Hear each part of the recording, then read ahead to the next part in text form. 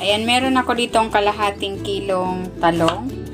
Hihiwain ko muna ito sa maliliit.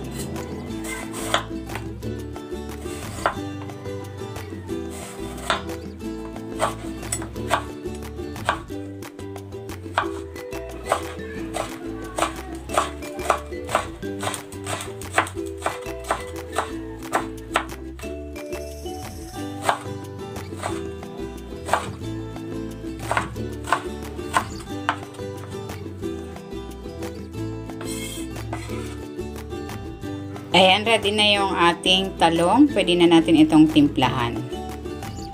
Ilalagay ko na dito itong isang maliit na lata ng corned beef. Sibuyas. Spring onion. Bell pepper. Maglalagay din ako ng isang pack na crackers. Ito ay dinurog ko lang. Pinitpit ko yan. Maglalagay din ako dito ng 3 perasong itlog.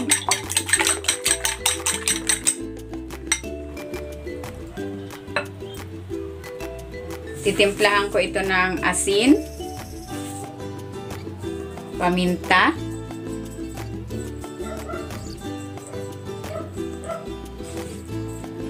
at ng garlic powder. Pwede kayo dito maglagay ng mga pampalasa of your choice. Haluin natin. Yan, habang hinahalo ko ito, kung hindi ka pa nakapag-subscribe sa aking channel, please subscribe at i-click mo na rin ang notification bell para lagi kang updated sa aking latest recipes.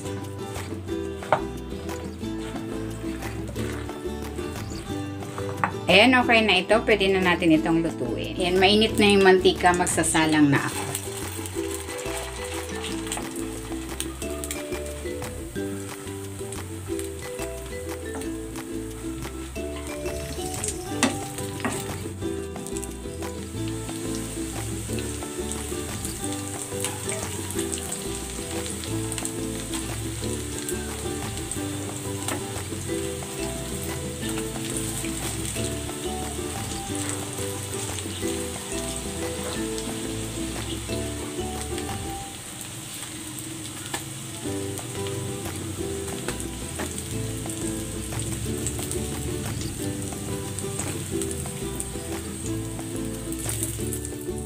Eto na, ready na itong ating tortang talong with corned beef.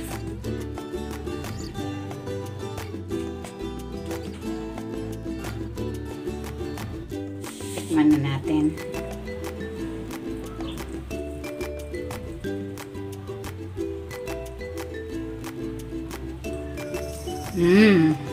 Sarap.